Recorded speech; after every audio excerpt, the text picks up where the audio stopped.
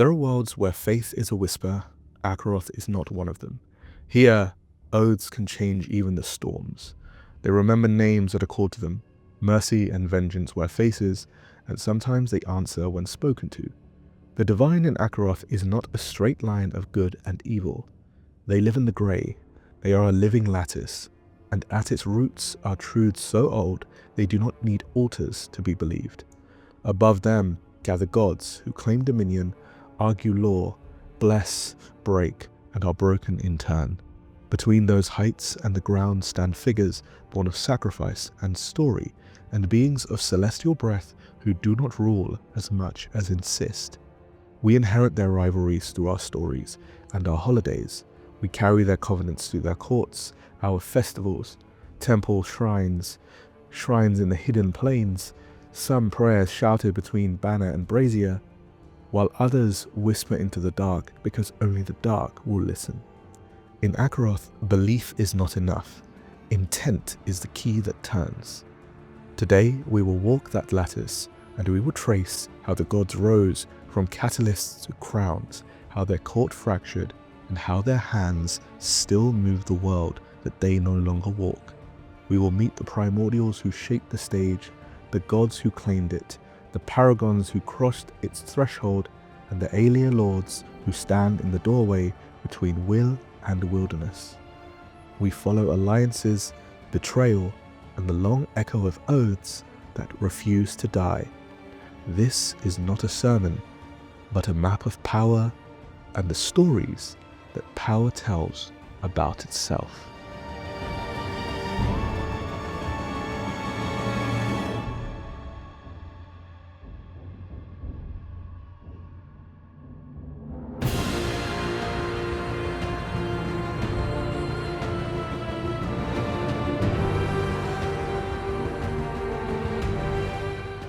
Before the ages of mortal reckoning, before empires rose and fell, before the Battle of Illatos reshaped the heavens, there were gods. They were not born as an act of creation, but as catalysts, manifestations of ancient truths given shape by the first oaths and dreams of mortals. In those early days, the gods were not distant figures or abstract ideas. They walked openly across Akeroth. Some say they shaped the valleys themselves, their hands rose the mountains, and their breath stirred the winds. Mortals did not imagine them as unseen presences. They saw them as giants of living myth, radiant, terrifying, and immediate. But unchecked divinity is dangerous.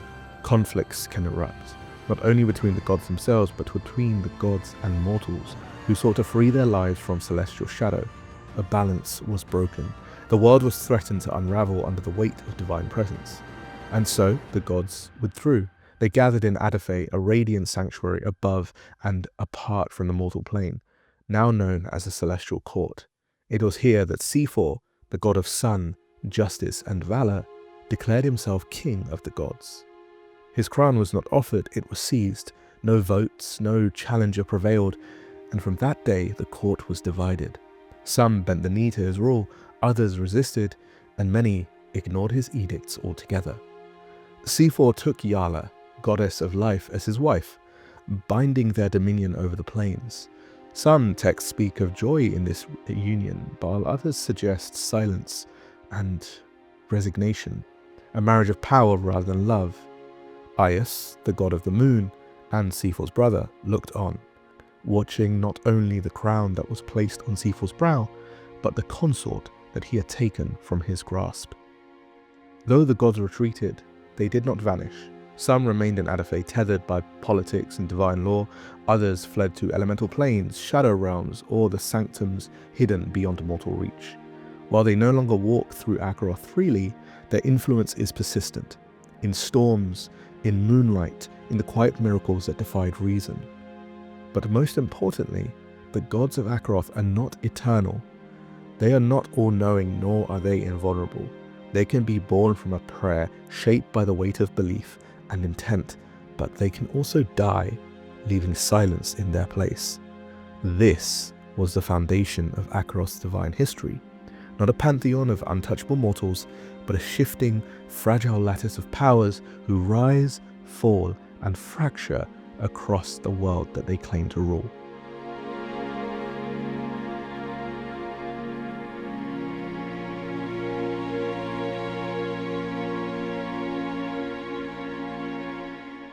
To speak of the gods is not to speak of a single pantheon, nor harmony. It is to trace a web of power, rivalry, and principle. Each god is an archetype given form, truths that mortals cling to, resist, or fear. And among them stand the great figures of celestial courts, the major gods, and those often called minor, though their influence is anything but small. The major gods are heralded by Seafor, the god of the sun, justice, and valor. His light that blinds as much as it illuminates. He crowned himself king of the gods upon their retreat to Adafe, declaring his word law and presence absolute. To his followers he is order, honor, and the shield of civilization. To his critics he is a tyrant cloaked in radiance, mistaking obedience for truth. Beside him stands the queen consort Yala, goddess of life, love, and family. Where Seafor demands, Yala endures. She is a quiet hearth, a binding of kin, the tender strength that persists even in despair. Many call her the heart of the divine, though her marriage to Seafor is recorded in conflicting tones. Some say it's a bond of partnership, while others say a crown claimed through silence. But watching all of this is Aias, god of the moon, trickery, and lies. He is brother to Seafor, ever a rival. Aias embodies the fluidity, while Seafor remains rigidity. He is a mask and misdirection, a rebel and liberator, a liar and truth-teller. He is the presence that unsettles the court. For every law that Seafor proclaims, Aias tests it with loopholes and illusion. But beyond them lies Mordred, goddess of death, torment, and despair. She is not an executioner, but a collector. She keeps a lingering grief of the souls that cannot pass, a truths too heavy to forget. Mortals fear her, yet whisper to her in the darkest hours. She in the court is a silent counterweight, her presence a reminder that endings are inevitable, but not always merciful. And together, these form the pillars of divine politics, but also the pillars of creation: sun, the moon, life, and death, each defining not their own domains, but the boundaries of all others. Around them, a constellation of other deities move in orbit. They are called minor, but their reach is vast, their shrines scattered across the land. Emdros is a god of air, travel, and storms. He is a relentless wind, both guide and trial for those who walk the world. He is freedom embodied, and his contempt for Seafor's rigid law is legendary. Travelers, sailors, and wanderers whisper his name in the breeze. Kalios is the god of fire, blacksmithing, and war. He is the hammer and the flame. He tempers not steel but purpose, teaching that struggle is the forge of all worth. To mortals he is the patron of both soldier and smith, the enforcer of order and the wielder of weapons that can change the world. Ishara is the goddess of the earth, animals, and hunting. She is the wild made flesh. She speaks not in edicts but in balance of predator and prey, of root and rot. Hunters and druids know her presence in silence before they strike, in the cycle that sustains life through death. Aurorus is the god of water, poetry, and knowledge. They are the tide that erodes ignorance. They are a poet and the current, the quiet pull of thought, as well as the crash of revelation. Sailors, scholars, and dreamers honor them in a verse and tide alike. And finally, Ivian, the goddess of souls, memory, and the underworld. She is the veiled keeper of the threshold. She carries the departed into remembrance, ensuring no life is ever erased, no oath unrecorded. Her temples are mausoleums, her faithful gatekeepers, archivists, and the mourners who preserve the weight of names. To worship these gods is neither uniform nor certain. In Batasian, temples to Seafor and Kalios tower above cities. Shrines to Ivian and Emdros are dotted across the countryside. Some mortals dedicate themselves to a single god, others to an aspect of their magic or a principle that they align with. Divine power does not flow through belief alone. In Akeroth, the gods require intent. Promises made, sacrifices, truths phased or denied. These are the fuels that sustain divinity. A careless prayer is not just a word. A vow spoken with conviction can reshape the world.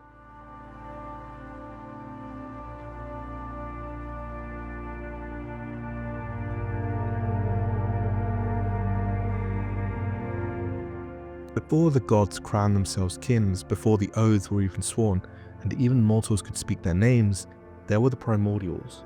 They were not the gods in the way that Seafor or Yala are known. They are older, larger. They are truths, forces that existed beyond worship, before prayer, and before history. There are legends spoken of the Sacred Three, celestial hairs of endless motion. They did not speak, they ran. One leapt and became the stars, one burrowed and became the earth, and one breathed and became destiny. And in their spiral, they shaped the foundations of the world. They are not worshipped in temples, they are even wiped out of history through the belief that the gods created Akeroth, but their story lives in the rhythm of life itself, in sky, soil, and breath. Above all stands Rimi, the astral queen. She is not ruler by choice but by necessity. All that would unravel is tethered by her will. Reality itself is to have begun from her breath. Every pulse and every glimmer of stars is her. She is not imagined as one form but as all. She is held in stillness. She is not comforting or terrifying. She simply is. And if she is the stillness, then her brother Timredar is motion. His grace falls across past and future at once. He sees the present most clearly. To mortals, he is time, the aging of trees, the ring of a clock, the moment that one breath ends and another begins. He does not speak in words, but in memory. Every told story is his nod, every repetition his presence. And where there is presence, there must also be absence. Tomarun embodies the space between. She is not death, she is not cruelty, but the space of what is missing, the forgotten name, the empty chair, the pause that makes the next note sacred. Her followers seek answers in silence, but often return diminished, lighter in burden, quieter in ambition. She looms nothingness, and all of creation is woven through her. Among the Primordials remembered by name, none are more cherished than Valathar, the Light Mother. She is not a goddess of searing flame, but of sheltering light. Her wings gave shape to manna, her breath taught the world how to speak. She gave the world Heimistre, the world tree. She reveals rather than burns. Spirit walkers, oath keepers trace their devotion to her, seeking not power, but meaning. And her opposite, her husband, Xertius, the Night Father. His wings blot out stars, his silence was terror. He is not cruelty, but inevitability, the truth that all things must come to an end, the endings that come often before mortals are willing to face them. His gaze is said to not reveal fears, but shape when they leave them denied. Preparing his worship is to endure despair in his lesson. Those who follow him do not pray, they steel themselves. And together, these primordials are not worshipped as a pantheon. They are endured. They frame the world in paradox, light, shadow, stillness, motion, presence, absence. It was from their tensions that the gods themselves arose. Catalysts, archetypes born of oaths, dreams, prayers, promise, giving mortals a voice to the truths so vast they could not contain them. They live within the gaps between, the voids between realms where all of creation can thrive. And the primordials remind us that the gods are not the beginning. They are simply an echo of what came after. They are the silent places in Akeroth, and there are even those who say the primordials still whisper, not as rulers, but as raw truths that shape everything in between.